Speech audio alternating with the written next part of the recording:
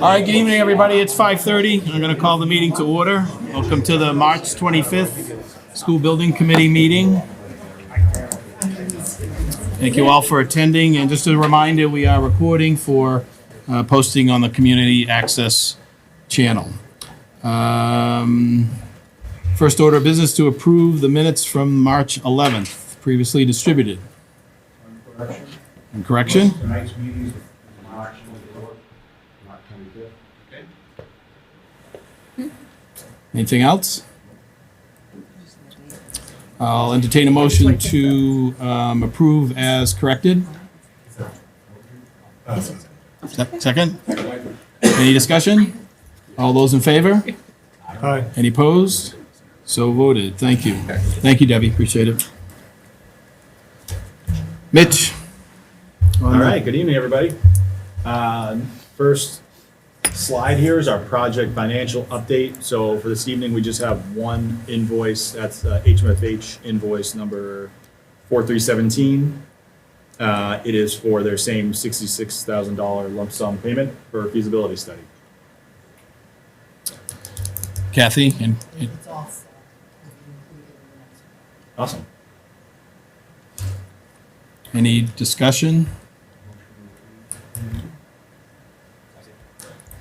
All those in favor? Any opposed? So voted. Thank you. We're going to go according to the agenda, but the the presentation doesn't exactly line up. So we're going to go over the enrollment information first, and then we'll go back on the designs because I'd rather just deal with that right up front. So we did have our meeting a week ago Monday with the MSBA. And I did send you a brief email, as I promised I would, after that meeting. So it was your original enrollment subcommittee, I guess we'll call ourselves, myself, Mark, David, and Kathy, along with Sean and Mitch from PMA. So I would characterize the response from MSBA as a bit disappointed in the requests that we were making of them. In terms of the timing and the schedule of our project, and they certainly made a case for the fact that we had put a lot of effort, which we had, in going over the original enrollment scenarios, back and forth, several meetings, leading up to the final certification number. That said, did they tell us that we can't do it? No, obviously not. But clearly the message was, unless we really, really felt strongly that we were significantly off in our design enrollment figures, at this stage of the game, for us to make that request, they really couldn't guarantee what that would really do to the project. We had heard originally that maybe it would be a 4 to 6 month delay. I'm not sure they were willing to even guarantee that. Clearly, we would have to go back into eligibility. They did say, obviously, that we didn't, as we'd heard before, we would not have to go back in terms of hiring an OPM or a designer. But clearly, we would take a lot of wind out of our sails.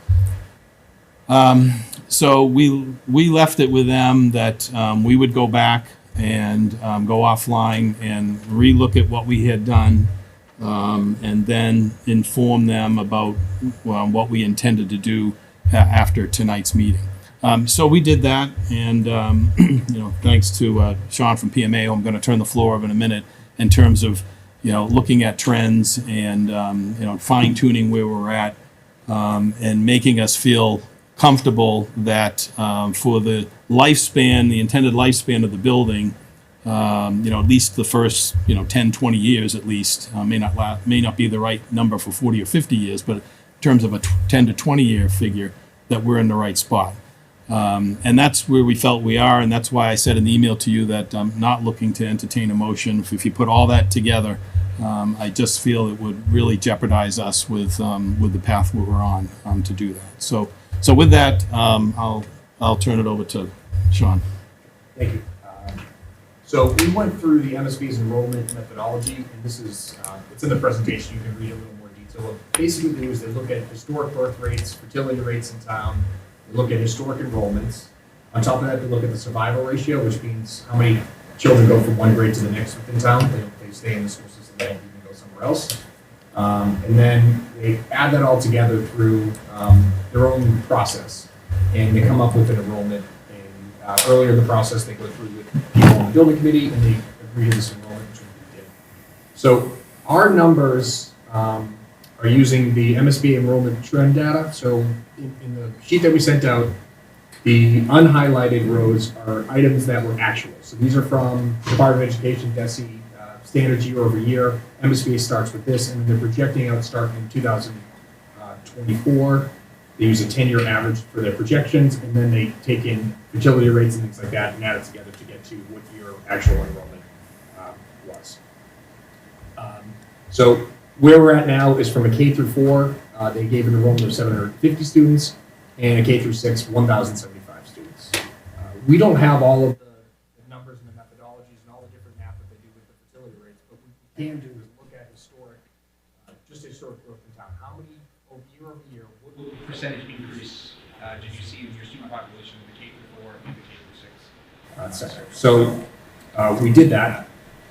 And right now so it's 2023 K through 4, 520 students would grow 230 students over the next time before you fill the school up, which is 46 students per grade, and the K through 6, that's 50 students per grade over the life in the historic life of the building.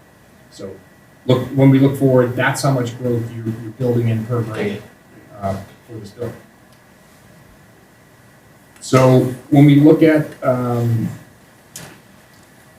this one is the planned enrollment for the K through 6 total, and this is for this year. MSB had planned it to be at 758. The DESE reported for 2024 is 706. Now, the one thing when you look at the historic averages, you have years where you go up significantly, and you have years where you drop down significantly. So just looking at one year being low or one year being high isn't really a great way to do it, because, like I said, historically, those numbers have been up and down. So what we did is we look at year over year from over the last 22, 23 years of the data that the MSBA uses. And we found that in the K through 4, you had a growth rate of about 1.5% year over year from 2001 to 2023.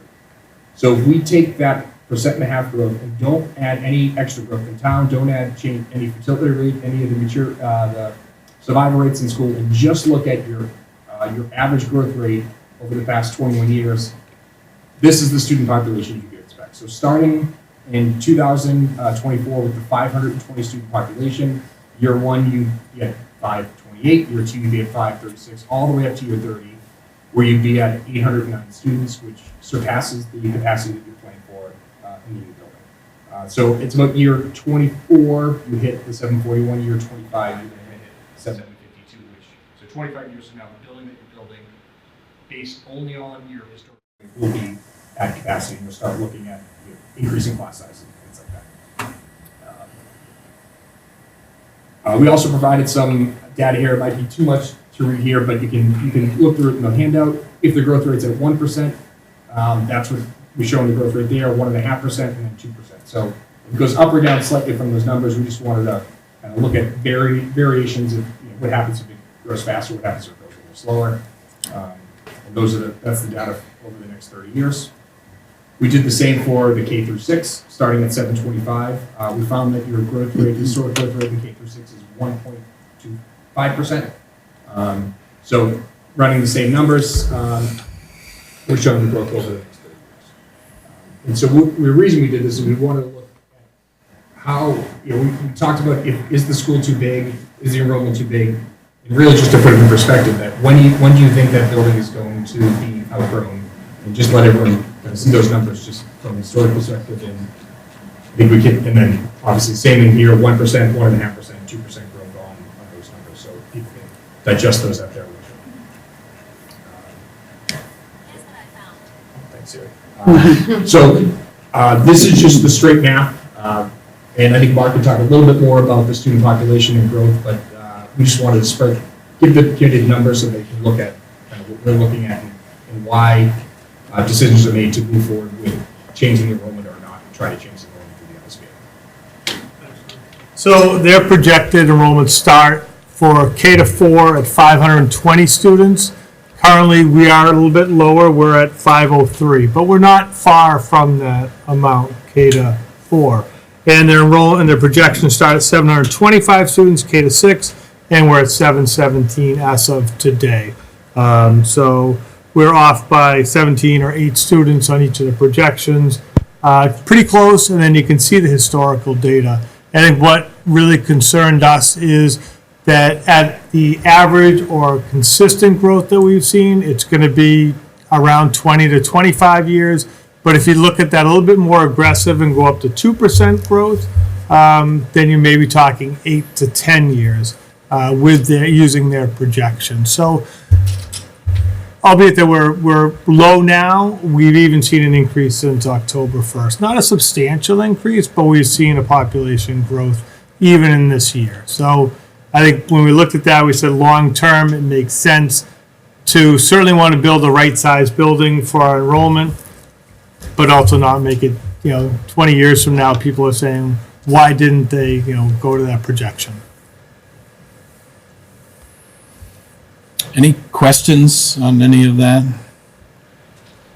Is this percentage the growth rate based on the students in the past growing each year over year in the grades? But does this take into consideration the additional projects we have going on in town? The numbers here it's only based on past population. So the MSBA does account for other, but we don't really know what the factors they use with the growth and how, when they look at developments and how they add that into their calculations to come up with their enrollment. But again, that's how they got to that 1075 number, was that we had a discussion with them during the 2 of the meetings we had with them about projects that, at least at that point in time, that we were aware of. Now, a couple of those projects haven't happened as fast as we thought they might, but they were very liberal in factoring those into whatever that calculation is that we don't get to see behind the curtain. But that's why they came back with what we said was a very liberal number for us. We were not expecting it to be that high. And the reality is that's what caused us to take this pause right now to say, wait a minute, is it too high? And because we were like, yeah, let's take it, let's run with it. But as we proceed on with the designs and the price tag associated with that, we got to make sure that we are designing for the right size. We've made some right sizing decisions over the last couple of months compared to the original plans. We've done that, but we still have to be focused on that number. And I think what we're saying is, after we went back and looked at some of these percentages and how those were calculated, and again, we don't have the MSBA formula, but we are more comfortable with that as a final number versus trying to reopen that discussion and really probably end up in the same place, or maybe, within a very small percentage, plus or minus. Scott? The 1075 number that you guys came up with, that was a 10-year projection, and the actual projection is more closer, like 22 years-ish to get up that 1075. So For the K-6. the 1075 is an enrollment 30 years? for the entire building. So the MSBA takes, we're looking at the historic population, adds some things to that, and then adds the lifespan of the building, and comes up with how big of the building, what enrollment should your building support. So they're looking at 10-year averages for growth, but they're looking out 20, 30, 40 years, because the expectation is that this building is going to last you, it's going to be a 50-year project and a 50-year building. So they want to make sure you build it with enough growth in there to support your growing population, but not too much that it's too Right, big. but you're just showing that in, say, 25 years, we're approaching that number versus 10 years. Yes. Yeah, okay. Right. I just want to make And that, the 750 and the 1075 weren't the initial numbers we got back from them. Right. That was increased due to information we provided to them Right. with anticipated enrollments due to anticipated growth in town. David or Kathy, did you want to add anything from your perspective and sitting through the discussions? I thought it was really appreciated that the MSBA did come forward and entertain our discussions.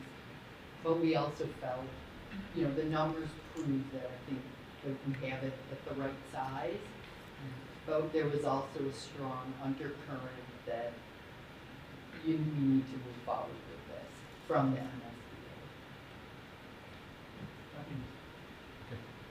Any other questions, comments, concerns?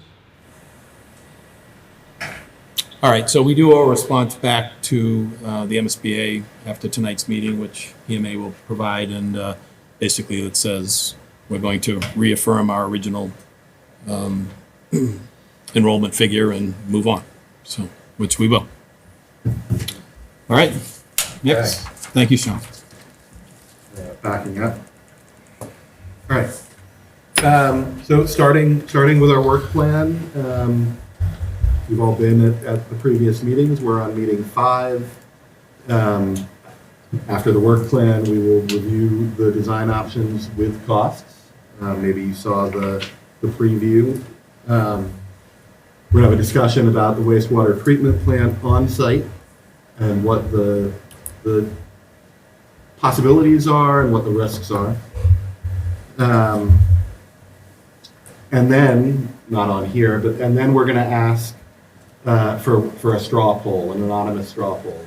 And we're gonna get the results of those tonight and share them. Maybe that'll spark some more discussion.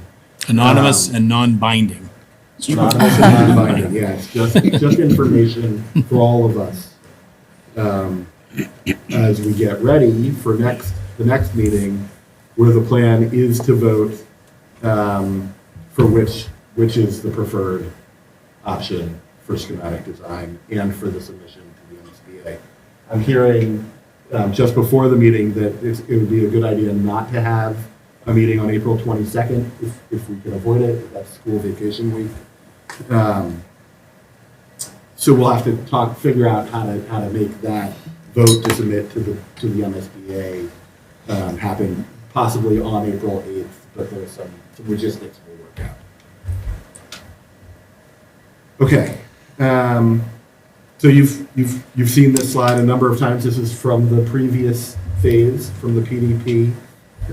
It lists all of the 9 options that the MSBA has us looking at, and kind of highlights with the color the 4 key ones that we are primarily looking at, and then it lists the costs at the bottom from PDP. These have, as we've been talking about sort of along the way, there's been a lot of work to reduce costs and reduce the size of the building, and you can see that bearing out in the cost estimates. So I'm gonna focus on the 4 primary options. Option 5, the project cost is $145 million and change. We'll get into the new build option is slightly less, 144.6. The reason that the ad reno is larger is that it's a less efficient building, so there's more square footage at a slightly lower rate, a little bit more square footage at a little bit lower rate, and it adds up to a slightly more expensive building. These numbers assume a lot of things. They assume CM at risk. CM at risk as opposed, construction manager at risk, as opposed to a general contractor, referred to as a GC. That's a decision that this committee has not made yet and hasn't been presented for decision. Which we do that because it's typically the most Yeah. expensive option. Right, that was the point. Delivery method. Right. So we are including the construction manager at risk because it's the more expensive. So we're carrying dollars for any eventuality. And then looking at options 14 and 17, pre-K through 6 options, ad reno is 180 million, 0.7, and new is 173 million. These also carry a lot of assumptions, including a wastewater treatment plant to serve just this building, located off-site with with what's assumed to be a mile of piping to that off-site location. And again, that's to carry money for eventuality. Okay. You've seen most of this before, or all of this before, so I'm going to go very quickly, but option 5, ad reno, pre-K through 4, you can see what would be a phase one to build new and a phase two to renovate the academic wing of the existing building. Again, you've seen this, so I'm going really fast. Option 7 is pre-K through 4 on 3 floors, all new, build it, then knock down the existing school and complete the site work. Option 14, add reno pre-K through 6 on 3 floors. Again, phase 1, you build the new building, phase 2, you renovate. And option 17, pre-K through 6, build new, phase 2, demo. I'll take it over here. Thank you. Yeah, okay, perfect. Just to get into a little more details on how these numbers came about. So we got the construction costs from the independent estimator, right, PMNC. And we then take those construction costs, which include some things that James said. I think we also, did you mention that it includes geothermal? I forget. I So did not all the mention options that, are, but it does. the new builds are including geothermal, which is one of the most expensive options for HVAC, mechanical systems, CM at risk method, which James talked about. These construction numbers also include, everything. So it's new construction, reno, demo, abatement, site work as applicable in those numbers. General conditions, general requirements, bonds, insurance. These are all things that the contractor needs to carry, so those are inclusive in there as well. Same thing with CMP and GMP contingency costs. Then we have that number. What we do is we take it and we add a roughly 20% soft cost. So that's designer fee, OPM fee, FF&E, IT allowances, utility allowances, just as a rough ballpark to carry that. So that 20% gets added.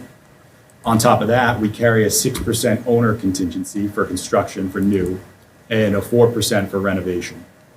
There's also a 2% soft cost contingency. So if there's a design amendment or an OPM amendment, that could be under a soft cost contingency that needs to be covered. That gets you our total project budget, which is what you see here. So James talked about them earlier, but the ad reno pre-K through 4 is 145 million. New build pre-K through 4 is 144 million. Ad reno pre-K through 6 is 180 million, and then new build pre-K through 6 is 173 million. And these are total project costs.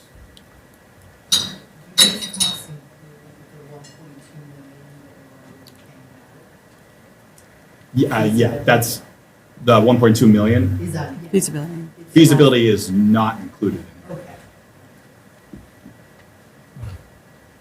there. Any other questions? Does that 173 million include the demo of, say, Spring Street?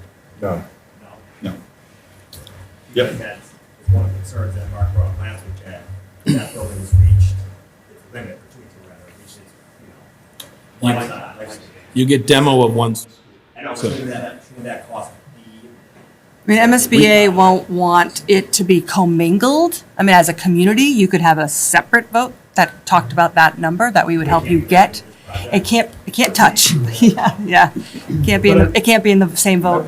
I will say, I know you're trying to get A whole big picture. a whole big picture, and I appreciate that, but that cost, whatever it is, right, would be the same for, not spread evenly, but the same for each of these 4 options. Yeah. So in terms of evaluating the options, at least. yeah, I just, for some reason, I had in my head that was part of the project. We can certainly ask the MSBA, we will ask the MSBA whether or not, demo of the building that you're moving out of to support this building could be included in the vote. I think it's a good question. In addition to Rosa, right? In addition to Rosa, correct? Yes. How much would it be over? Zero. Oh, I know the answer is Zero. But I think the point's a valid one, because in terms of bidding on demolition, we could end up with a better rate on the demolition from a contractor of both buildings, recognizing we're going to pay for Spring Street. But if we did it all as one project, not only are we communicating that to the town in a single vote, but we may get a better rate, for the project itself, for the demolition itself. So Mitch, you mentioned that the wastewater treatment plant, you have a budget of for 1 mile for pipe.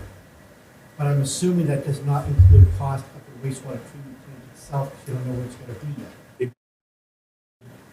An The estimate. cost for a wastewater treatment plant, the two pre-K through 6 options, obviously, do include a cost, but, you know, and there's a lot of assumptions in those costs. But it's a wastewater treatment plant to serve Roselle only, so it's not a wastewater treatment plant on Howard, for example, because that would have to be, you know, serve all these other buildings. Did you identify a site within a mile? I have not identified a site. That's one of the things you're going to see is the word unknown. We don't know where that site is, and that's one of the problems. Mitch, you said design, scheme of risk compared to design bid build. Is there a percent or an amount that, just to throw out there, like so people see that what the costs could go to if it was a design bid build? Yeah, so each of the options that we had estimated, we had a deduct alternate supplied. So that is if the delivery method was changed to general contractor, design bid build. It was roughly averaged about like 5 million for each of the scenarios. I think the pre-K through 6 new build was a slightly higher than that. But typically, you know, that's a low percentage that we're seeing on these estimates. Real world, 5 million. 5 million. That's what I said, right? 5 million? Yep. Okay. 5 million. But what we have seen is those costs can vary in the real world. It could be more 5 to 15%. The other thing the estimator says, they don't really know because you don't give them both ways. You give them either one way or the other. So there's a lot of assumptions even within their numbers of what is the real premium for a senior risk. So they've carried it based on their past experience and their best guesses, I guess. We're still at the name of the game is a cost comparison between each of them. And that's why they all are assuming the same assumptions. So that you just have, it doesn't mean all those decisions have been made by this committee. We definitely have to go back into a lot of those decisions, but kind of at an overarching, include all these things, and now you see the comparison between them. They're not necessarily the number of the project at this stage. I should have started with that since the title of the slide is that too, right? Estimate, Yeah. high cost comparisons. And David, just hold on to that wastewater thing, because further on in the presentation, we're talking about the wastewater on site as well. Yeah, I saw it. Yeah, It's so- just that when they mentioned the mile, Yeah, I I know. just didn't know as to whether or not to identify this. Depending on how wet it is. Right.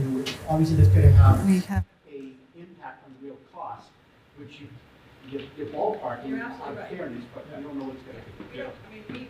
community, as a committee, we've looked at every site you have, and no site has risen. So no, that we don't have any idea where it would go, which is one of the challenges right now. We're trying to solve and hold dollars for any eventuality for these options because we don't know what is going to happen. The image you showed for the new, for both pre-K to 4 and pre-K to 6, are the orientations that we had originally, correct? Correct. Yeah. And those are what were priced. We're going to talk about the other orientations. They are not off the table by any stretch of the imagination, not that they're very much on the table. And what we're going to vote on in this not vote, it's really not a good word, but No. What we're going to be talking about when we do the straw poll is Okay. is pre-K through 4 versus pre-K through 6 and add reno versus new. And we're not talking about this orientation versus the other orientation. We'll be doing that at the next meeting. Okay.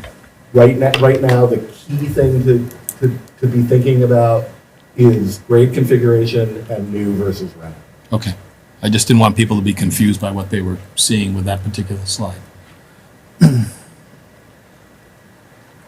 You've got one more. Yeah, I got one more. Yeah. Jumping the gun. So what we then did is we took the ineligible construction costs, any building costs over, I think it's 589, I just had that number, over 589 a square foot, and then site work over $59 a square foot, plus some other line items such as what we could potentially see for reimbursement on owner construction contingencies and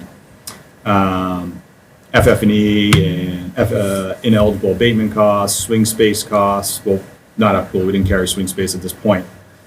So we take those ineligibles, we then take your MSBA reimbursement rate, which is 54.79. And there's a handful of other incentive points that we can add in and then calculate to get the MSBA potential share and then the potential district share. Just to circle back, oh, sorry. Yep, I just have a question about what our reimbursement rate is. yep. Last night at the debate, the engineer said it was 55. We've been told 54, and the numbers look like 44 and 46. You're certified as 54.79, which is your base reimbursement rate. But the effective reimbursement rate is basically any eligible reimbursed dollar, anything that is actually eligible. So that reduces your rate to your effective reimbursement rate, which I have each one of those, which is roughly, the new builds are 44.3 and then 46.43. And that's assuming some additional incentive points in there, such as 4% for green buildings, which we're showing right now, geothermal, which would be opt-in special code, which we would get those 4 points. On the reno options, we're showing a prorated amount for renovation. So we're trying to capture some additional points in there as the best possible situation. If you think of it as, here's your rate, right? And we're trying to capture a few more points, but there's caps on construction costs, on this, on that, and that's what brings that number down. So we're guaranteed your rate as a 46. community is what you said, 54.7. Yeah. That is true, but by the time MSBA factors in eligible costs and caps on things, that's why we use the term effective rate, because you'll feel the 44, not the 54, And so right? you're not guaranteed a grant until you sign the project funding agreement. So what we're trying to do is, using kind of the MSBA's guidelines, figure out what your grant might be. So we're doing the best we can with the estimates and with the building, the square footages and the space summaries, Yep. using all of that information to try to give you a pretty solid number of what we think your grant would be for the MSBA, but none of that is guaranteed until after project funding agreement is signed. So do we have any information on the cap then for these different items? Yeah. What do. those caps Yeah, are? we know what the cost per square foot cap is, we know what the site cap is. And a lot of the ineligible cost is a majority of that. The construction cost is ineligible over a square footage cap. Site work cost is ineligible over a square footage cap.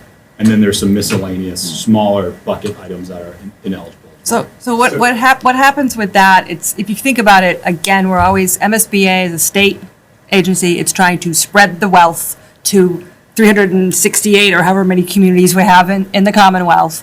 And so they have made, they've made adjustment incrementally, but $589 per square foot Yeah. per construction is not what it costs to build in Massachusetts. And the closer you are to the eastern part of Massachusetts, are really not what it costs to build. But they're gonna give you the $589, and they're gonna give Agawam out in Western Mass $589. Agawam's construction cost may be $750, and your might be $850 a square foot. So that's where that delta, that gap between the percentages starts to, get factored. And so just David just rounded up during his presentation last night. It was 54.7, and he Yeah. just said 55. I'm just wondering what we're Whether- guaranteed. I just want to know exactly what we're And- going to be, or at least a ballpark. I mean, Yeah, that's what this is there's a trying to- large- So this is a potential grant, right? So we're, like Sean said, we're not locked in yet at what we'll be until we sign the PFA.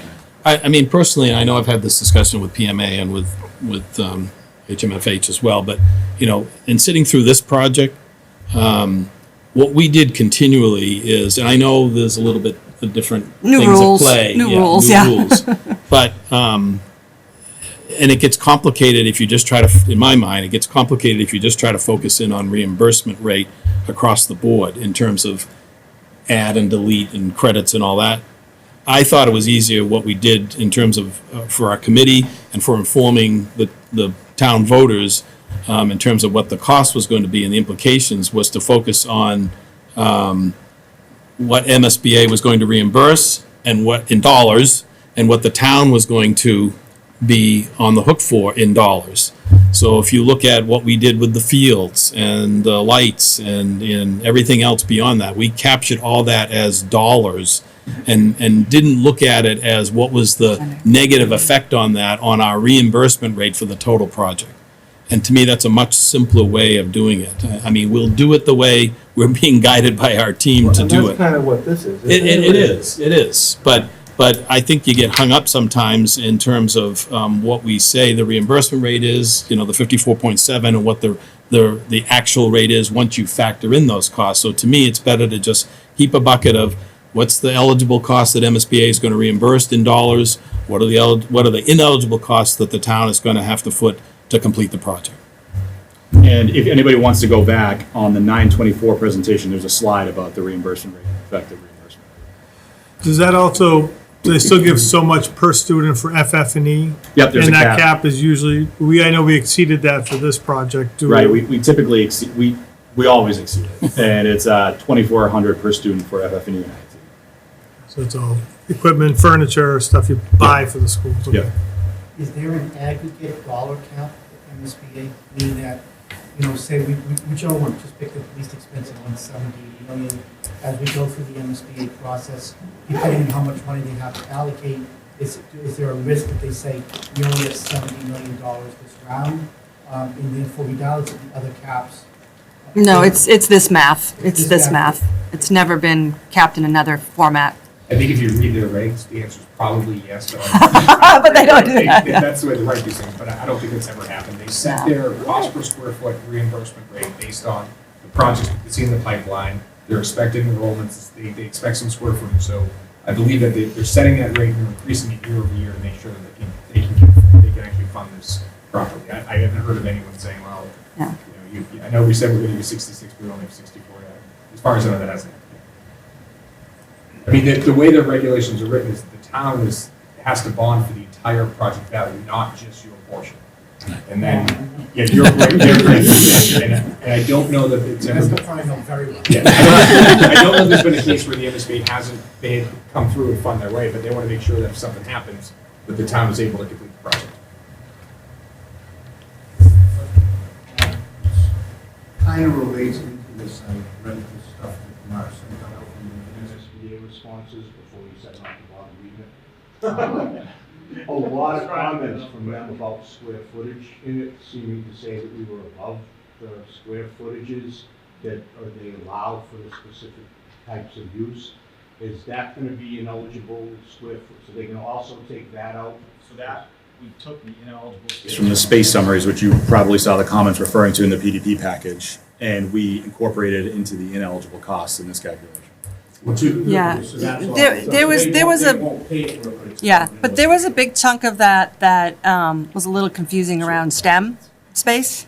And that was that's what kept, because in our chart, in our understanding, we're like, no, we're hitting everything. And the only thing we're over on is the other down the bottom. And we also thought it was logical that we might be slightly over in the nurses area, but under in the admin, and they'd be okay with that?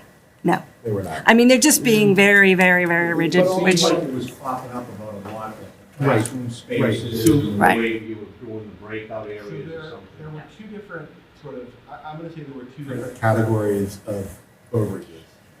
There were things in the classroom spaces, like the extended learning commons, the space between classrooms that we've been planning for. but it wasn't That they- over in square footage, it was just a line item that they claimed that they Well, weren't familiar with, From their, from the way their they wrote lines, it yeah.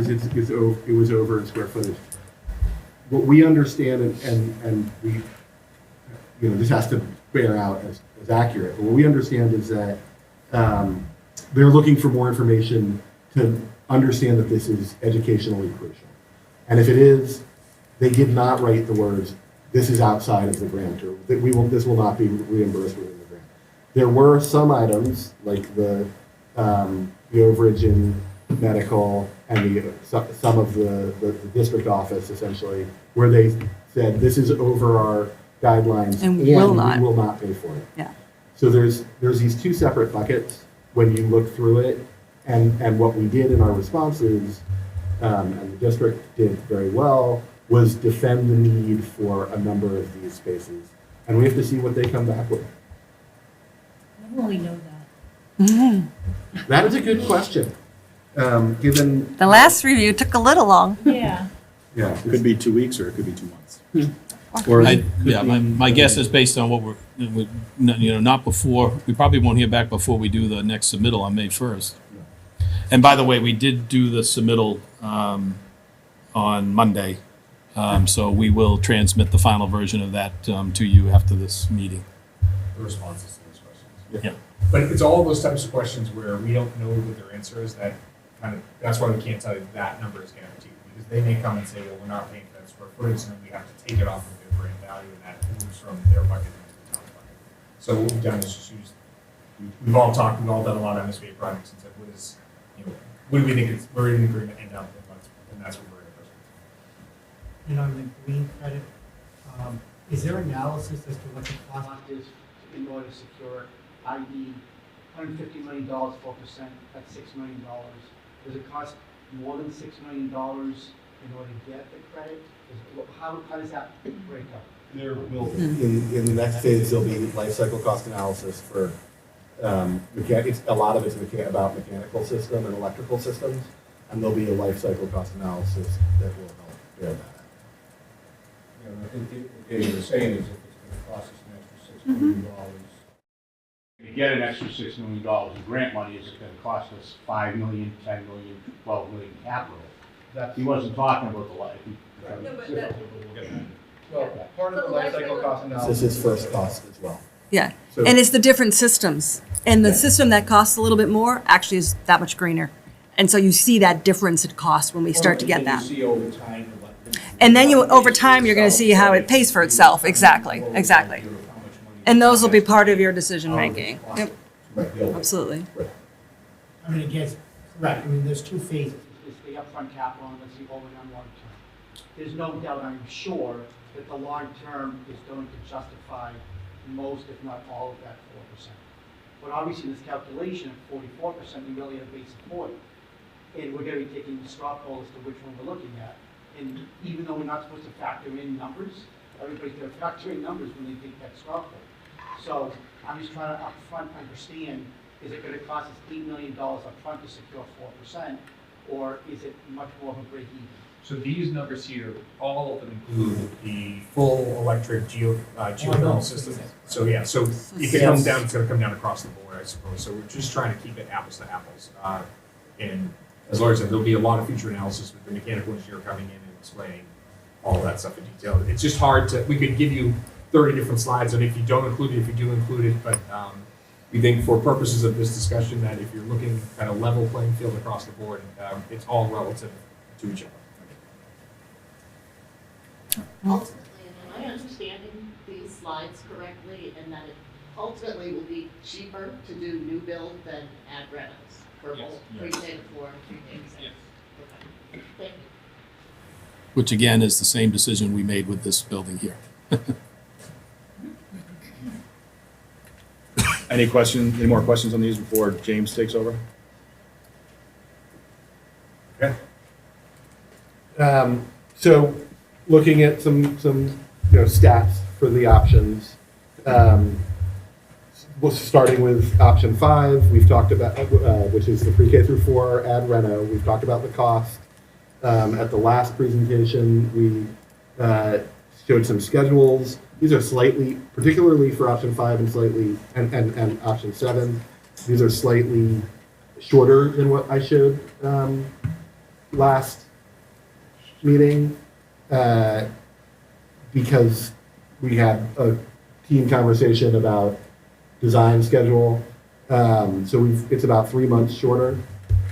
So the building for option 5, add reno, all the students get in at the end of both phases of the project. So the building, that's when students get in, and the project are complete at the same time. That's May 2029. It has the largest footprint because it's a pre-K through 4. It's a septic system on site. We've had some testing done. They need to get one more test pit to be 100%, but we are headed towards, we're very optimistic that septic on site works, very, very optimistic that septic on site works. What happened is at the end of the first day of testing, the DPW digger broke. So we did not get all of the testing completed before this meeting, unfortunately. And then there are future costs. The future costs are really the same across them. Those future costs are Howard's reuse, which will really cost nothing now. It's about where students are within that building. But there's clearly upgrades needed in that building sometime in the future. Mechanical upgrades, possibly sprinkler, and follow-on work from that. So that's a potential future cost, and then the demo of spring and you know what happens thereafter, whether it's a field or parking. Moving on to option 7. Well, actually, any questions on option 5 before I move on? Okay. Option 7, pre-K through 4, new construction. We've talked about the cost. This one gets you in earlier. All the students are in November of 2028. Again, that's the building. The project goes on for site and demo, which gets you out to April 2029. Also septic on site. This is the smallest footprint, as we've seen. It's also septic on site, and it has the same follow-on costs. Option 14 is pre-K through 6, ad reno, $180 million. Everybody's in at the same time at the end, in October 2029, approximately, right? It's the largest footprint, again. The ad renos actually have the same footprint generally as currently planned. It has the wastewater treatment plant. This is a question, right? It's either on site, and we're going to talk about that and the chances of that and the risks of that, or it's somewhere else, and I don't know where that somewhere else is, and I haven't heard anybody come up with a great idea of where that somewhere else is. But those are the options for wastewater treatment plant. Option 17, pre-K through 6, new construction, $173 million. Get students in sooner than the ad reno in February of 2029, and is completed in July. It's got a big footprint, but not as big as the ad renos. Wastewater treatment plant somewhere, and the same follow-on costs. Any questions on this? These are these 4 options. This is what you're going to vote on. There's some more information that can help inform that coming before we do the straw poll. I said vote again. Before we do the straw poll. The non-binding straw poll. Non-binding straw poll. But these 4 options are what you're going to be choosing from. Any questions? Say that again? Is there a difference when the kids get in the building and Kids- each of them? The kids get in the, that's what this date is. Kids get in the building. You know, It's not just a building being, that's ready for occupancy. That's Correct. occupied, yeah, Correct. yeah, Just there's other follow-up stuff. yeah. Okay. We were asked to look at building size for the pre-K through 4 versus the pre-K through 6. Obviously, the pre-K through 4 is a smaller footprint, particularly in the north-south wing, as this option shows. This is one set of options. The other options that we've shown to date actually have sort of similar footprints. The pre-K through 6 is 3 floors, the pre-K through 4 is 2 floors, but the footprint actually stays fairly similar. But this gives a sense of the size of these buildings. You can see that the east-west wing is, the academic wing is about 250 feet. The shared space wing is a little over 200 feet. And then the north-south wing for pre-K through 4 is about 140 feet, and pre-K through 6, 220. These options are both looking at 3-floor options. Any questions on this? Okay. So now, We're going to talk about some siting and phasing options, some of which you've already seen at the last meeting. This is turning the building so that it overlaps the gym. We're going to look at three sort of possibilities for how the project is phased. This, we're going to get into deeper at the next meeting as well. This is not what you're going to be picking in the straw poll. These are the options within that choice. I'll speak to this again. These are the options within that choice, but you really just are going to be looking at 5, 7, 14, 17, not A, B, C. So the first two options are single-phase building construction options. 17A is an occupied site. 17B is an unoccupied site, which means that the students have to go somewhere else. There have to be a swing space. We have not heard where that swing space would be. It could be a modular farm. It could be temporary buildings, not on the Howard site. Well, possibly on the Howard site if you pumped out the waste. So there is a possibility that it could be modulars on Howard. The third option, 17C, is an occupied site with two phases of construction. I'm going to go into more detail on each of these in a minute. Each of these can be applied to the pre-K through 4 or the pre-K through 6. We're just showing the pre-K through 6. So,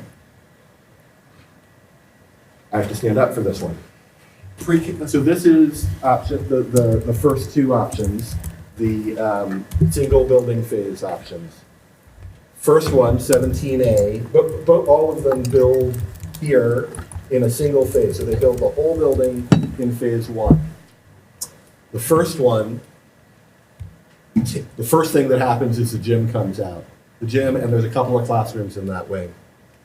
That comes out, students occupy this. There's need to be some temporary facilities, modulars for that way, for that. It's not quite clear how we would do a temporary space for gym, but that would be something we'd need to figure out. And then this building is built. The second one, option 17B, unoccupied site, right? They knock down the first thing they do is they abate and they knock down the existing building, the whole thing. The contractor has access to the site, they build the whole building, and then students move in. They build the whole building and site. There's no second phase. And then students move in. Option 17C is a little different. This is a two-phase occupied site project. First, they build this portion of the building. This includes, 3 floors, first grade, second grade, third grade, fourth grade, fifth grade, sixth grade, right? All in this wing. So all of that is built. Students are occupying the whole school while that portion is built.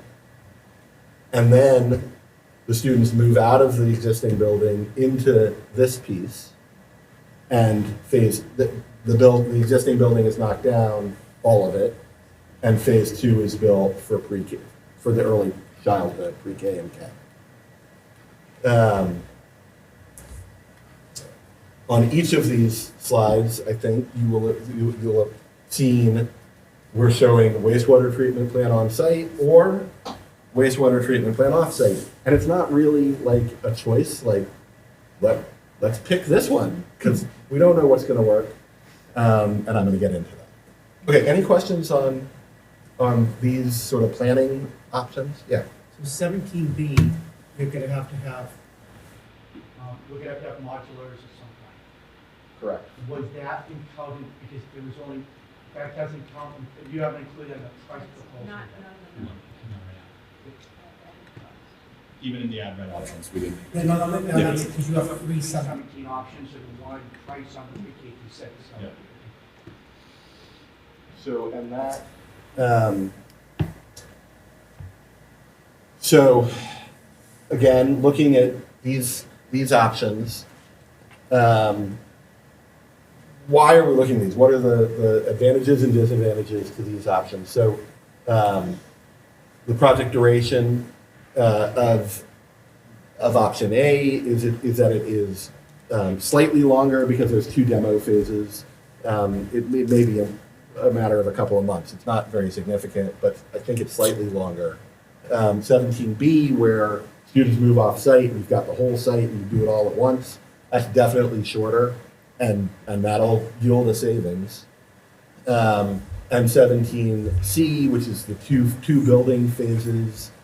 The advantage of it, of course, is that students get to use the whole building, and there's no temporary facilities required for construction, but it does take longer, and that has a cost. James, and you may cover this later, but when you say off-site, how long are you talking off-site in modulars? More than a year? More than a year. Call it 2 school years to be safe. Maybe, yeah. Maybe a little less, guys. It'd be safe too. Yeah. Okay. We've already talked about this building phase. They're all one building phase except for 17C, which is that 2-phase phasing option. The only one that's unoccupied, as we've talked about, is 17B. That's where all the students move off site. The rest of them, in one configuration of another, students stay on site, mostly within the existing building, although some pieces of it may be, well, in 17A, there's a piece of it that is gone. All of the pre-K through 6s we know need a wastewater treatment plant. The wastewater treatment plant. In 17, there's really nowhere for that to go on site. So I'm saying it's an unknown location. We don't know where that would go. We're carrying a mile. For each of the other options, there is a location on site that has some chance of working. It's a little bit hard to put a percentage to it, but we have. You'll see that. But there's a lot of risk involved in that, and we're going to talk about that too. So for those 3 options, it could either be in an unknown location off-site, or it could be on-site with risk. And then the other cost, we've kind of talked about this, but obviously the longer the schedule, the more on top of the numbers you've seen, the shorter the schedule, some savings, and temp facilities are quite expensive. Modulars are quite expensive. Any questions on this? Am I standing in front of it for people? I'm sorry. Okay. Okay, so what you're looking at here, so now I'm going to move on to talk James, about... sorry. Yeah. So you addressed my earlier question about the siting differences in the slide that's shown that we're going to be considering in our poll for option 17. But we also have the old siting orientation in the pre-K to 4. Correct. That you haven't But addressed. all of these options are available in the pre-K through 4 option as well. Right. And we're not necessarily selecting the orientation. I know, Right.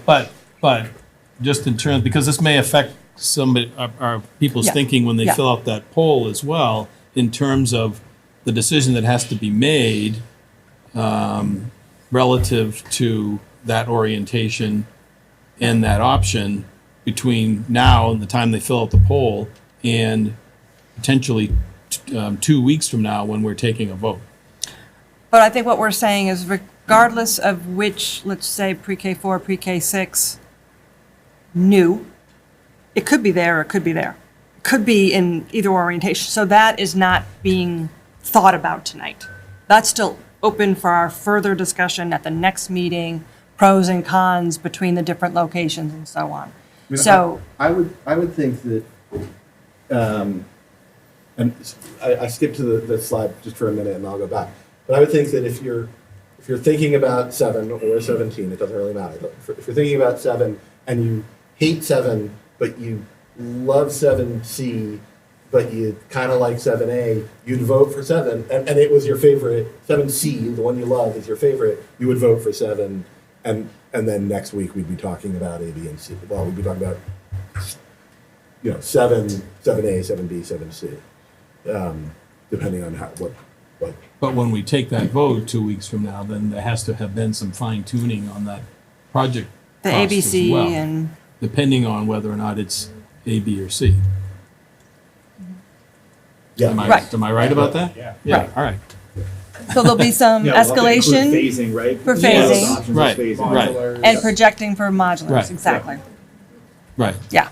I mean, But what again, I'm I think- doing is supporting what you said earlier, that what you're voting, what you're balloting tonight is the concept. Yeah, Yeah. and that's just some. But there's a support. cost associated with the concept that we've provided to everybody, but that cost may not be reflected in what gets presented at a final vote 2 weeks from now for the preferred schematic.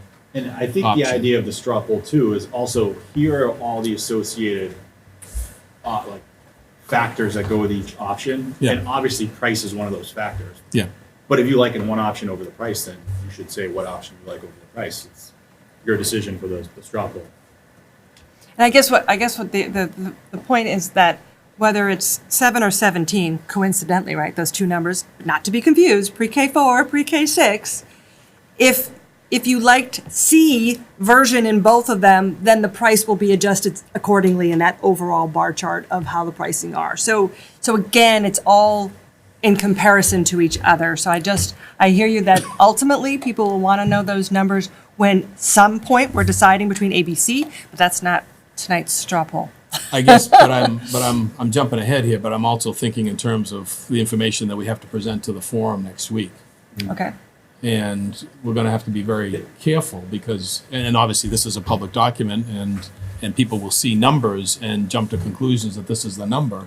And the vote a week from next week, 2 weeks from tonight, may be a pretty substantially different number depending on what goes into the final option that's chosen. It's important, and we should say this at every meeting, including the public meeting, that this is not the number. Yeah, right. This is very much not the number. This is still at the comparative level across Right. these options. We're starting to narrow in, it's getting closer, we know it's gonna be somewhere around these numbers. This is not the number. Right, and there's some more factors too, right? 17B, unoccupied site. You have to have 10 facilities, but at that point, it's most likely it could be a general contractor, which you'll have savings there as well too. So there's some give and take there that's going to be Right. factored in. Great point. Okay. But not now. Okay. All right. So, talking about wastewater treatment plant and trying to figure out where to stand, not to stand in front of people. You can stand in front of me. I have it. So. So what you're looking at here, we've been talking a lot about septic and wastewater treatment plant or primarily septic for a while now over here. And we've been pushing our engineers, they really want a pre-K 6 and they really don't have another site. And so there's been a lot of back and forth and sort of peeling that onion. And what they came back with was, okay, look, we still think there's a lot of risk here. We still think this site is a tough one for wastewater treatment plant. But if you're going to do it, if you're going to if the committee decides to take a risk, the most likely location where a wastewater treatment plant is going to work is as far from the wetlands as possible. That's kind of the key piece based on the information we have. We may find that there's soils here that are better than here. We haven't gotten to test over here yet. If we had our second day and this machine hadn't broken, we would have. But your existing septic is here. There's some hope, some promise that this may be a potential, maybe the best place on this site for a wastewater treatment plant. Still not a great spot, still only 250 feet from wetlands. They've certainly had the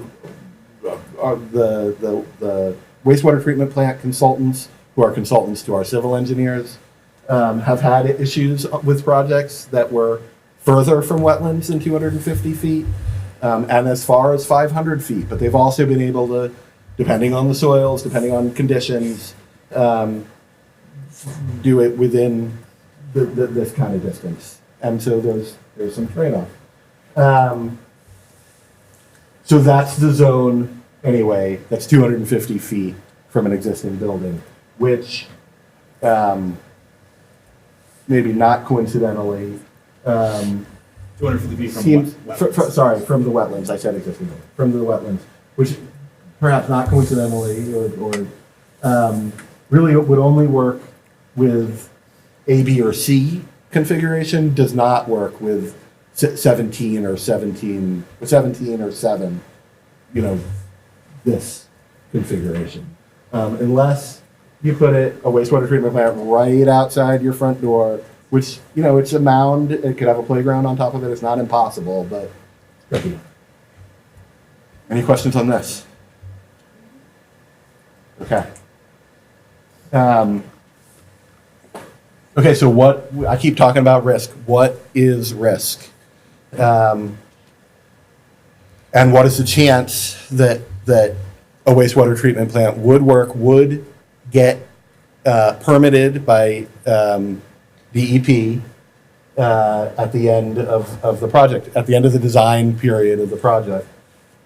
That's a really, a hard number to put, and we had to pull a little bit to get it. We're saying 50%. It's approximately 50% likely that if the option was to go with a wastewater treatment plant on this site, that at the end of this, there'd be a project. What's at risk? Proceeding with a project that ultimately does not get permitted and ultimately does not get built. That's the risk. What's involved in that? Well, design and management, soft costs, fees, testing, in the millions of dollars and multiple millions of dollars.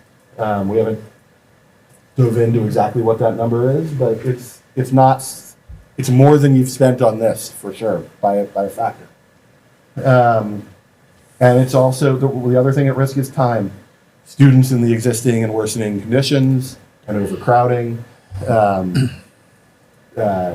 If a project eventually did happen down the road after this, start again, many years later, there's cost escalation and likely be starting over again with a new SOI to the MSBA, which they may or may not accept on your second application. We've had clients that have submitted multiple times, so you don't know. You just don't know. Any questions on that? Yeah. Stop going forward with a project that has such a big risk. Excellent question. They don't like it. Can somebody else take? Yeah, they don't like it. They like projects that are good to go. If you don't have, I think they may look at it and question the feasibility of a project if you don't have certainty that it's going to be approved. Getting to a PFA without a plan or, a confidence, a high confidence level in that your project's going to work is going to be a very challenging process. Anything else here? Okay. If you were able to dig those other holes, would you have a higher confidence level either yes or no? We might have a higher confidence level of no, I think that's right. but not That's necessarily of yes. That's right. Again, I just heard what Gary said earlier. We're gonna take a straw poll, I know it's not binding, we're gonna take a straw poll, but obviously this is in the back of everyone's mind, but we don't have all the information. And that's the thing, we won't. Because this is, let's be upfront by what we're hearing about why it's 50% is because we're hearing from other projects that have occurred. DEP on wastewater treatment, they're the governing body, not Board of Health. Local Board of Health handles septic. Wastewater treatment is DEP, and they are apparently enforcing requirements that are outside the scope of the promulgated code or standard that exists within the Commonwealth, and rejecting communities on various projects based on just what their putting forth as new requirements that, again, aren't promulgated in any part of any regulation. So it makes it very risky for us to go forward, and that's why the 50% is there. And you don't know until you're permitted, essentially. And with this kind of distance from a wetlands, there are sites where you could know, because you're nowhere near a wetlands. You could feel much more confident. But on this site, you won't know until it's permitted. I think I would only add, and you've also seen us say, or another site, right? We're trying to be generous here with, these are the possibilities, but also the reality is we don't have another site. And again, MSBA is not going to look favorably on the concept of a site that doesn't exist. Like, they want it much. Do you have a percentage of what the chances would be to find another site? No. I'd say, I don't know, Less than 50? less than 50, yeah, because we've already A lot. looked at everything here So and. if you guys check out Brooks Place, 'cause I noticed on the slides we did of all the land owned by town, there were 6 acres on Brooks Place, which is within a mile of the Do you school. remember It Brooks didn't Place? mention wetlands on it, it just says that it was too small for a school building. And it didn't say anything else. We don't remember off the top of our head, we'd have to go back. When we were doing that elimination of sites, that was for the school project. We weren't looking at it at the time. But Yeah. being within a mile and it's 6 acres, it's town owned. But here's the issue with, even if it's a viable site, with any viable site outside of the perimeter of Roselle at this point,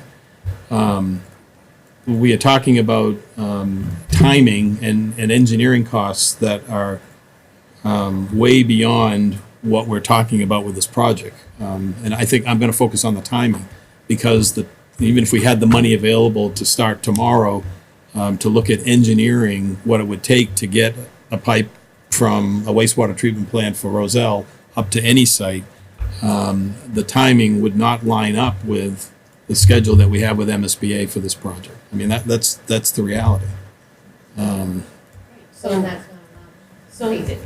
yeah, so is PK to 6 even an option? I mean, if we only have a 50% chance of being permitted. It's a risky option, is what it is. Does the regulations state what the field is? 250 feet. I mean, wetlands is 100. So wetlands is 250 feet. Seems like such a safe distance. So what it to is, not be risky. It's the water, what's the right Level. word? mounding. Mounding. So it's Groundwater mounding. When you put more water, when you do a field, a leaching field, you're putting more fluid into the ground at that location than is naturally occurring. And in doing so, the groundwater, because of the pressures and the added water, start to mound up. And so you have more groundwater, you have a higher groundwater at that location. And there's a bell curve that's calculated of that rise. And if currently what they've been enforcing is that when you hit the wetlands, wherever that is, you can't have created a rise at that point of more than an inch, a tenth of a foot, so a little more than an inch. And that can be quite large, depending on the condition of the soils.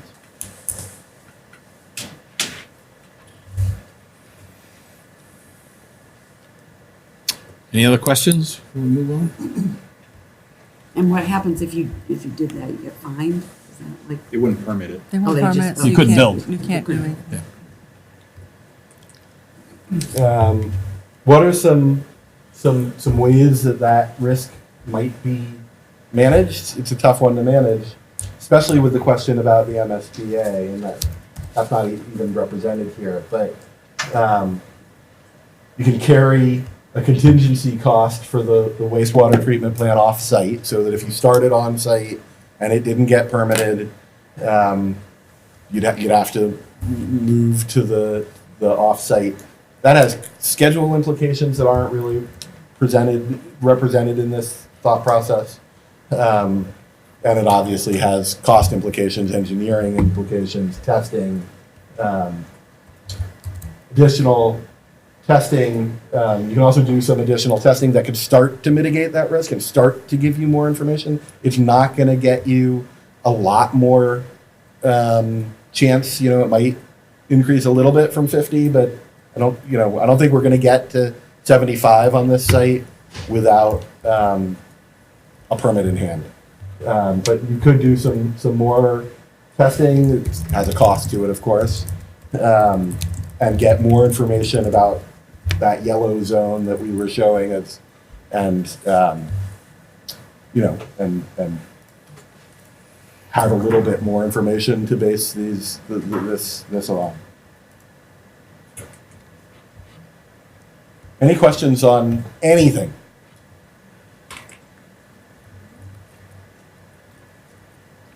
Okay.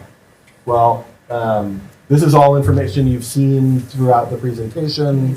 Project cost. In that year, we've included the MSBA grant and the cost to West Brdigewater. You've seen all of this. Again, for now, what we want you to focus on in terms of this straw poll selection is pre-K through 4 add reno, which is option 5. Pre-K through 4 new construction, option 7, any of those configurations. Pre-K through 6 add reno, which is option 14. Pre-K through 6, which is new construction, option 17. Again, any of those configurations. Lori's passing out. Lori's passing out a card. You can just write. I would just write 5, 7, 14, or 17, and we'll come around with a box. And what we plan to do, just so you know, is to tally this up right now, so that everybody can see what what people are thinking, what the committee's thinking, and see if that sparks any more conversation. Just writing the number? Just the number. But,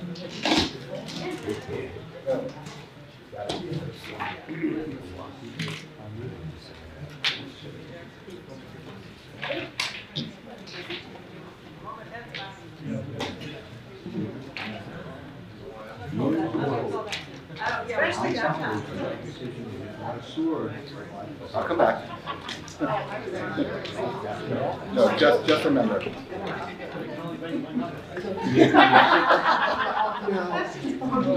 No, I'll come back. Thanks.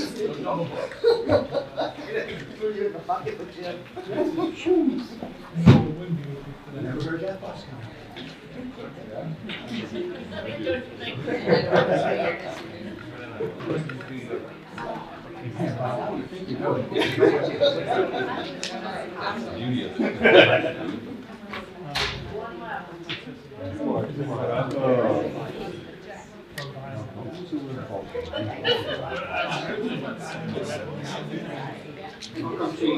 Yeah? Start it out. I don't take too long. So we're going to take a... Or do you want to go through? I know why.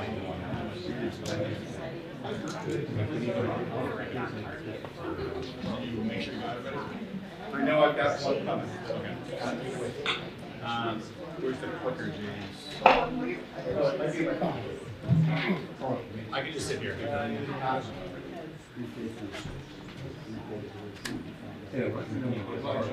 well, has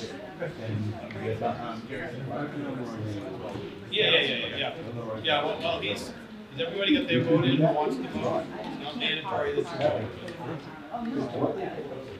While he's tabulating, we'll just, Mitch is going to run through the rest of the slides just to save some time. Isn't it? All right, everybody with me? I just tell you. Are we ready? All right, I just want to give an update on the cash flow. Everything's tracking as expected right now. So nothing really to discuss. It's pretty projected out at this point, at this phase of the project. So you can just see our trend towards our total fee at the end here, which is 1.2 for feasibility study. If everybody has any questions on the cash flow, they can let me know. Okay, quick schedule update. Everyone knows this, I've probably memorized by heart at this point. But we are working towards that May 1st PSR submittal. And then these are just our key dates. We have the building committee on the 25th, which is today, community forum on 4/1, and then the next building committee will be 4/8. And then we have the no pending school vacation week for 4/22, which I assume at this point we'll probably cross out, and, or you want to have a discussion? Yeah, about so that? the objective would be to go from all the refinement that we've talked about tonight, and have that ready 2 weeks from tonight to do the vote on the preferred option on April 8th, the formal vote that would go forward to the MSBA. And again, James mentioned the logistics in terms of you seeing that final submittal package that we would have to do via email to make sure that, people see that, but we'll have taken the vote with the submittal package to support that vote. In terms of the community forum, we'll pretty much follow the format we did the first time. The presentation mostly will be based on what you saw tonight, and obviously we'll have to be careful about any discussion on the costs. But we'll just lay out the options. Again, we will not have taken the vote at that point, so we can't communicate what the preferred option will be, but we will communicate what will be part of the package going to MSBA, and we'll let folks know that the committee vote on the preferred option will be the following week.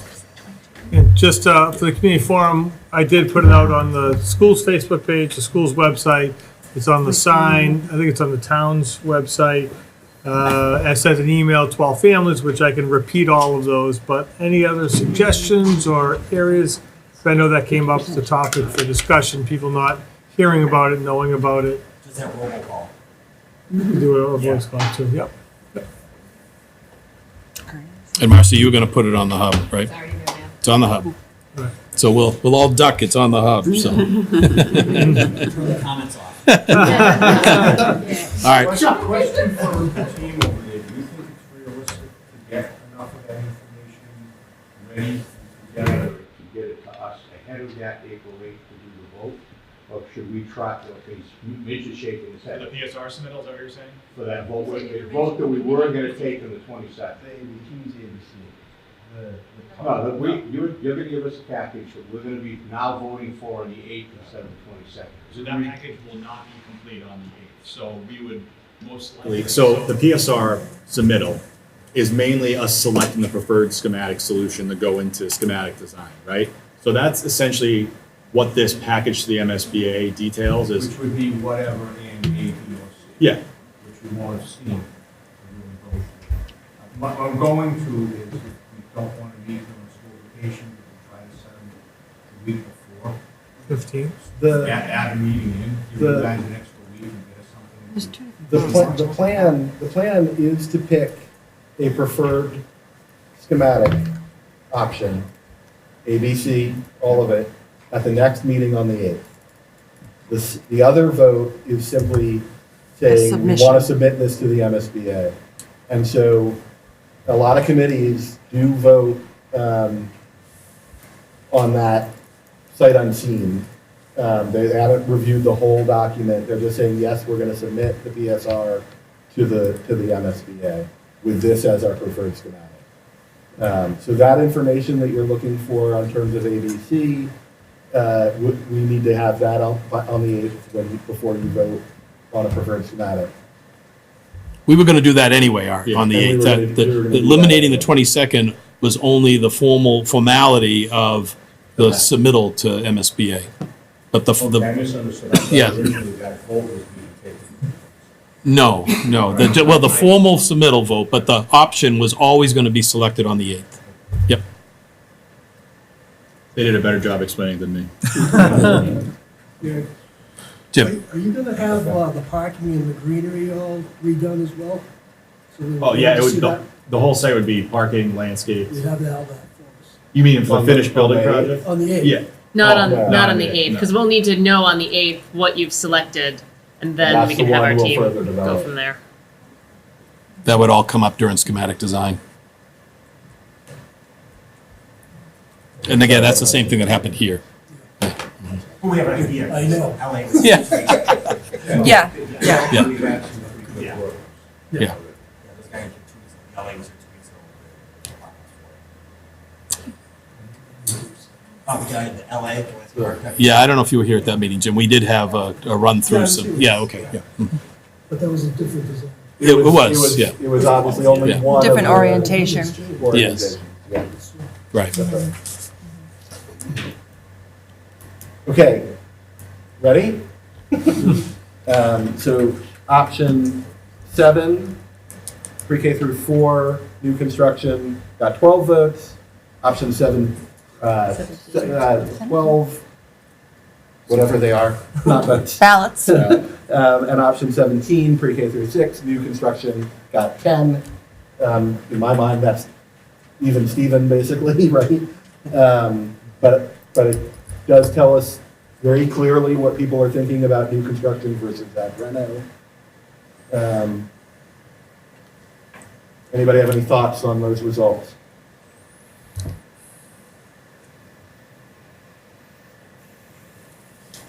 Done.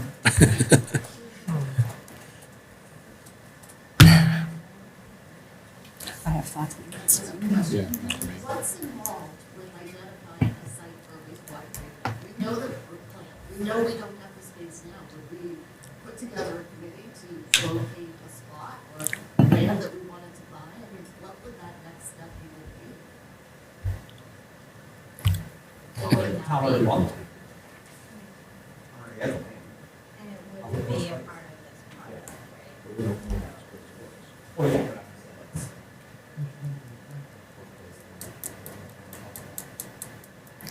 So I my mean, guess the- is, Gary, is that you are hoping to have one for the option to vote on next meeting. That sounds like it's around 6.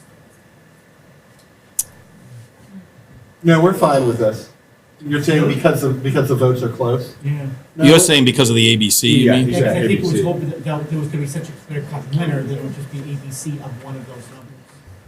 Now, I think the ABC needs a lot more work. We need to figure out, obviously, what the cost of the wood modules would be and really how logistically it works with the school. So I think the design team, us over here, have a lot of work to do on each of those options to fit, to present you with the best model and the best option. I don't know that we need a vote on ABC at all from the committee. I think we need to pick an option, and then we need to tell you, here's the different parameters, and here's the cost of each of these, and then further refine which building orientation you go Well, with. the next meeting is a vote, so we have to get that all squared away. Well, you don't have to vote on where the building sits and sites and all that, do you? For PSR? No, but it all ties in, I think is what they're saying, what everyone. Yeah, But because of the costs, yeah. here's the thing, the question was asked. If you all vote to choose an option that we do not have a wastewater treatment plant location for, we can't submit to MSBA, so we're changing the schedule. We have to notify them, we have to let MSBA know that we cannot submit because we're not submitting a plausible solution. Well, I don't know if So, that's, I think so. We're gonna submit something and we have no other property and we haven't tested it? well, not off-site, but we're still investigating. Okay, But that's, but that wasn't the question but that's asked, they the were risk of already the off-site. submission. That's what we're talking about. We're talking Because the risk is, When you're gonna They're get gonna back reject out, us. you got one of the test pits. but the risk is, Lori, if. But the question was asked already about looking at the other side. Because people realize it's 50-50 off-site. Yeah, but for off-site. I know. But on-site. I'm not off-site. And then you vote. Because they already realized that we're talking 50-50. Town giving you a date when they're I gonna fix believe, the backhoe? the last date I saw could have been today. I'd have to look at it, but it was, I'm fairly certain it was this week. And just for your information, we're not just doing that one test pit. We're also gonna do a couple over in that yellow zone, just to see what we get out of that. So, that may be helpful. But you might I don't know if it's not feasible at all. Correct. Are there any other questions that people need answers, no, not tonight, but from our team to help them vote? Is there any more information needed? 'Cause we want to make sure that as many of the questions are answered as possible, and some are going to be unknown. I'm concerned about the comment about it would change our timeline because we don't have a site identified. The off-site option. The off-site option. Oh, that's just for off-site. Yes, yeah. Because the on-site option has a 50-50 chance of working. I see. That was the Which, Yeah. No, I was responding No, to the you, on-site, talking about yeah. other land, and if we crack into that, MSBA is gonna say, well, you're not complete, right? Yeah, on-site So they're gonna- wastewater is 50/50. Sure. So if we go with one of these plans and we're hoping that on-site is going to work, are you saying that we're going to build the building and then wait for the DEP to come and say that doesn't work and then we're up the creek? Permitting. They're in the permitting process, but you would have already worked up your schematic design. You have to have that in place before you go forward for permitting. And so you've put forward all that expense for that. It would be well past schematic design. Right. It would But be you into have, construction documents. Into construction documents. Yes. Pretty Right. far along. Yes, right. I think Yes. that's what James was trying to hit on earlier, is there would be fees in the millions of dollars that would potentially be at risk. And if the project stops at that point, MSBA is not going to share in those fees that, of Yes. the what stopped, yeah. Can you explain how you, what's the narrative to MSBA specific to the potential of the on-site WWTP? My point is, we're using the number 50%. I assume it's fairly not scientific, right? Very, It's just very a much coin not toss. scientific. You can't say that in the narrative. Right. And it hasn't been tested yet. So is it customary that you always, that every submittal would say we have 100% foolproof septic plan? I'm assuming not. So we're drawing attention to it when we may not need to? How does that narrative work? I don't know, but I think in the typical submission process, I it would like say it. we're going through the wastewater treatment plant and the permitting is in our schedule. So they were referred to the schedule for the permitting phase of it. And then not until there anything that came up in the permitting would there be any. Typically, you have a wastewater treatment plant on a clean site and they approve it, right? So typically nothing would come back. So in this case, I think that's when it would get involved, is if something came back during the permitting process. I mean, if you were submitting it and it was highly likely to work, and yes, we all know that you don't get 100% until DEP says it at the end of their review. But let's just say we're all sitting here 99.9% confident that this site or the site for the project would work. You know, you would be submitting it with that confidence. Are you suggesting that we submit it and don't say that we don't have confidence? I'm not suggesting that. I don't know how, it's a good question though. How No, would I think- how I would think- we I say think what we I need think we to? would not, our narrative would not be talking about this risk. This risk is a decision for this committee. You had mentioned that you had reviewed potential sites, off-sites for the wastewater treatment plant. Can you just talk a little bit about what that entailed and what? We haven't. No, We No, we haven't. haven't. No, the only town, Haven't. remember, the only time we presented it to you as a committee for vote, basically, was, it was only town-owned sites potential for the school itself, right? We did not look beyond that for anything for wastewater. Okay.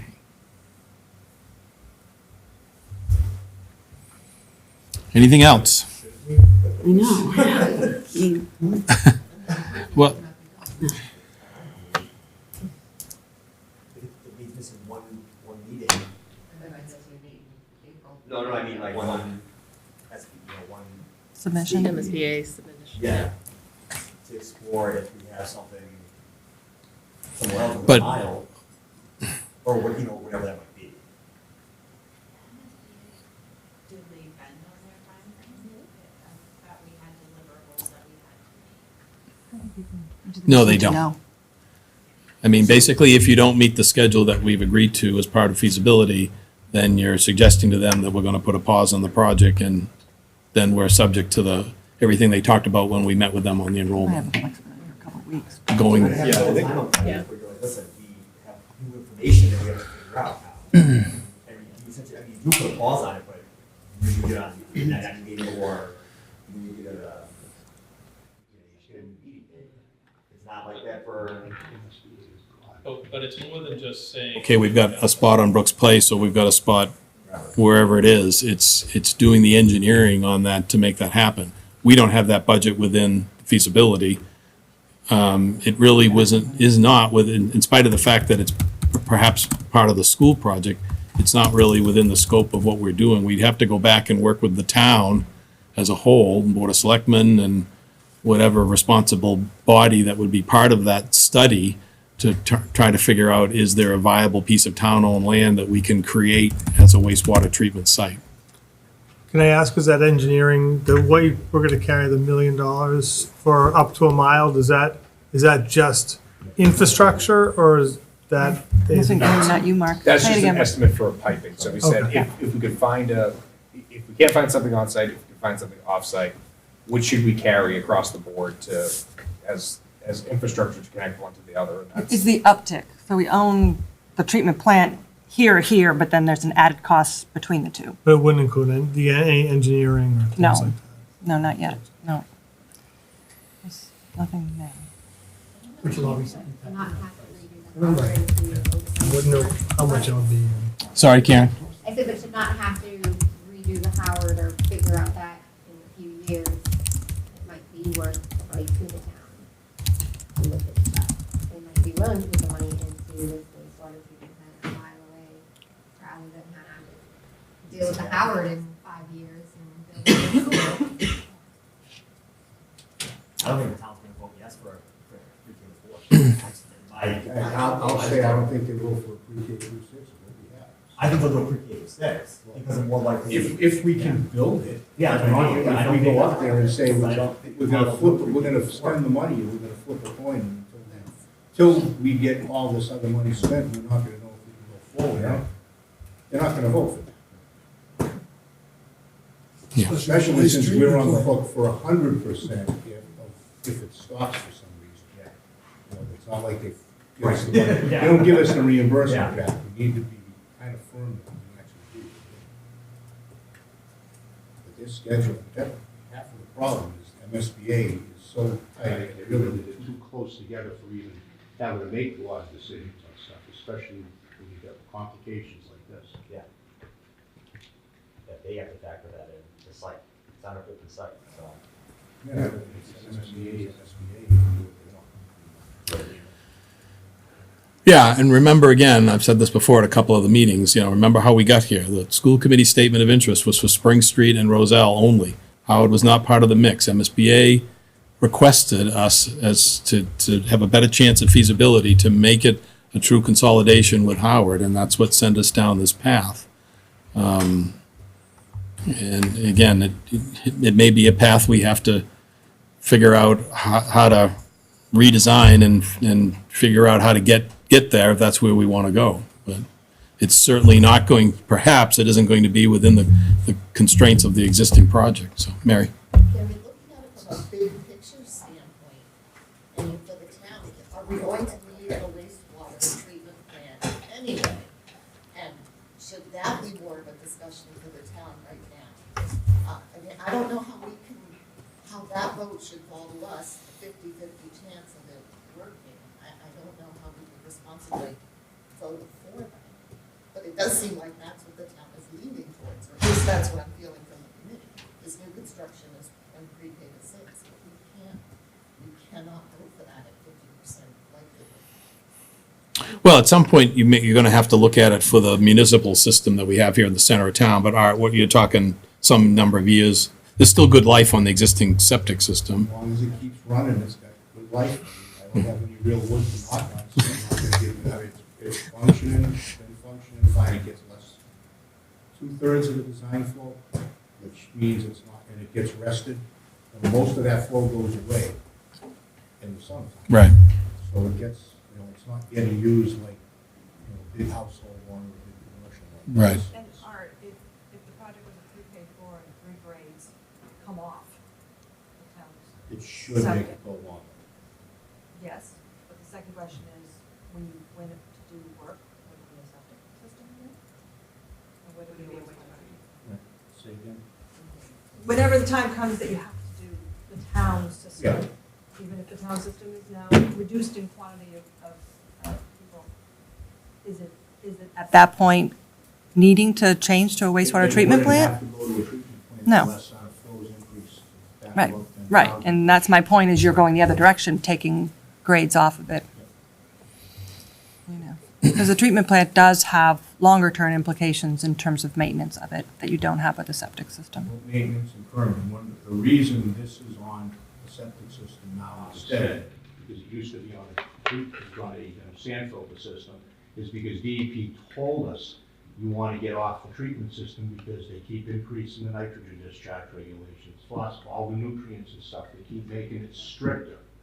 And you're on the hook for all that when you're running a treatment plant. I mean, the stuff about the treatment plant and the wetland makes zero real sense, because you can't build this thing, but you can take 100 gallons a day off of it, and you can build a septic system, and you're not taking any of that stuff off, and you're gonna have a higher amount under that than you're gonna have under the treatment. So it makes zero sense Agreed. that they're doing that, but it's what they're doing. It's just a different governing body. Yeah. And there's no, the number triggers the wastewater treatment plant, but like Art said, when it's gonna sit for weeks and weeks in the summertime, it doesn't trigger it back. Yeah, they don't do it like that. They have their school flows based on their data that they're supposed to construction, and that's what we design around. It's not prorated back to, what, 8 months of the year, really it gets full, we get full flows. Right. Now, one of the reasons we got a little risk when we were putting this stuff on that system is because the new school, originally, the architect's team was talking about increasing the flow using the new school flows, but we were able to get them to allow us to use immediate flows in that design. So we stayed below the 10,000. Otherwise, that would have pushed us above the 10,000. And would have been stupid because we've seen it, but nowhere close. But, we had to kind of go through that with a little bit of risk on this one, but there is a process that lets you go through, use metered flow. So we had all the metered flows from the old school, and I remember the plumbing sub did a whole bunch of different things for the fixtures to make sure the flows from the school stayed below, to keep doing it. With a completely brand new school, I don't think you'd be able to do that. Get that kind of analysis to go through. It's 8 gallons a day. Oh, and this was also all going, combined with the other stuff too. It wasn't a standalone. So we were already oversized.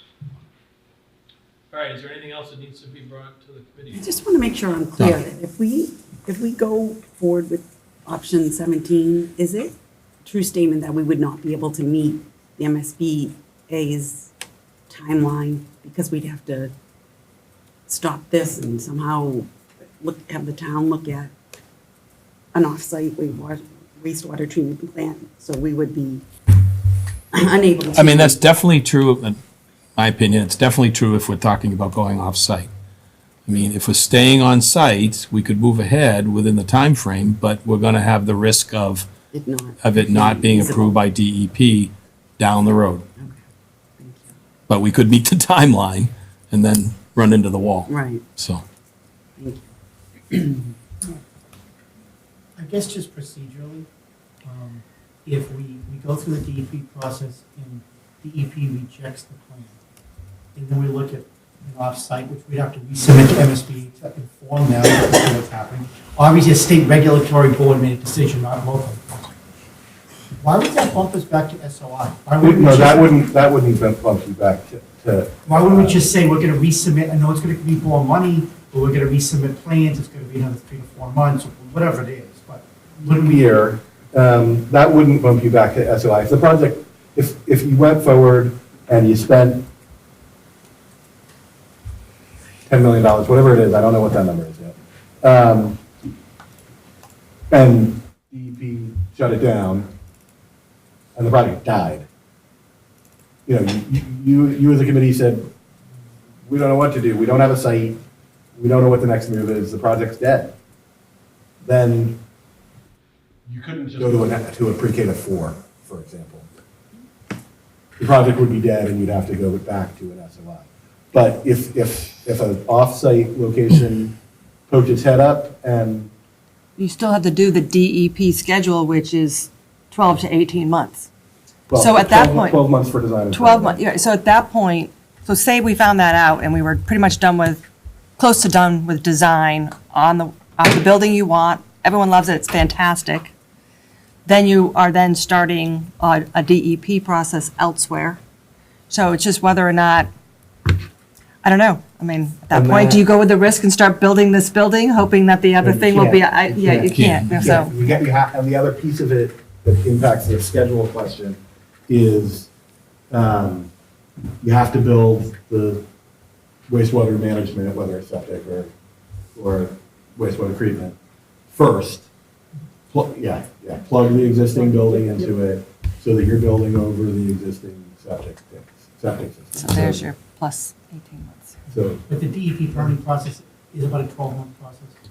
The the design, permitting is, but you're right, so the that's. your design 18 and months. permitting is your 18 Because months. you'd have to stop at that point, find a site, get design and permitting about 12 months, 10 to 12 months. And then you'd have to build it and plug the existing building into it before you could start construction on your school. So Lori was right when she said 18 months, close to. So at 18. that point, say MSBA is still with you, and they're still holding your hand. I would say they easily would say, we will not pay the cost for these additional designs. We will not pay the cost of escalation on the construction project for they will put their hammer down on the various things that they can, if they're still holding your hand, which I don't, I've never been in a situation, so. Well, they will we have hope so. already signed a funding agreement, But but for they'll a claw project claw of pieces certain, of it back, yeah. I think. We won't pay you more. They certainly won't pay you. So there's a stand at the 589 at that point, and if it goes up after that, they won't give you additional funds. All right, again, next week for the community forum, that's not a formal meeting of the committee, so if you're obviously glad to have as many of you there as possible to help support us that are up on stage, but it's not a formal meeting, so attendance is not mandatory. And we'll be back here on the 8th. So, anything else? If not, I'll entertain. All those in favor? Aye. So voted. Thank you.